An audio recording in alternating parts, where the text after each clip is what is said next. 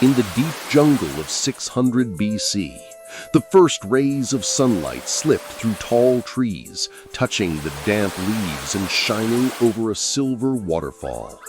Birds sang in sharp, echoing calls, while deer ran gracefully through the mist. Monkeys leapt from branch to branch, their cries filling the cool air. Near the edge of the forest, by the flowing river, stood a small human settlement, a primitive tribe living in harmony with nature. Their huts were made of wood, dry leaves, and animal hides.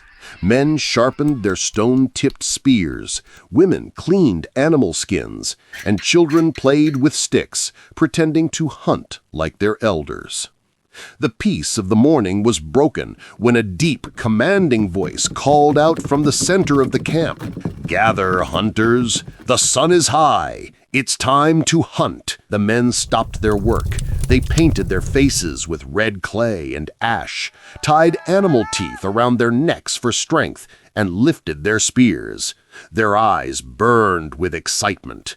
Soon they disappeared into the thick forest, their feet silent on the soft ground, filled with the smell of earth and sweat.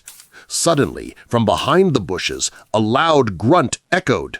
The hunters froze. The boar burst out, strong, black, and angry, its tusks flashing in the sunlight. Hunters shouted and ran forward. Spears flew through the air. One struck the boar's side, another missed, but the chief's spear hit deep into its neck. The animal fell with a cry, shaking the ground. The men cheered, their voices echoing through the jungle. They carried the heavy body back to their village, proud and breathless. At the riverbank, the tribe gathered to welcome them. The chief cut open the boar with a sharp stone, and warm blood flowed into the clear water.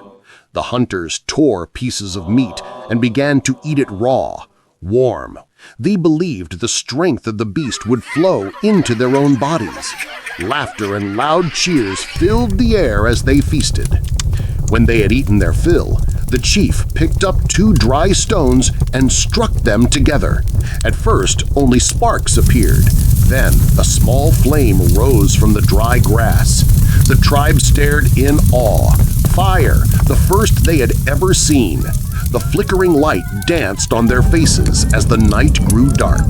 They began to move around it, stamping their feet, beating sticks and shouting in rhythm. Their shadows danced on the rocks and trees, glowing in orange light. It was a celebration, not only of the hunt, but of a new discovery that would change their world forever.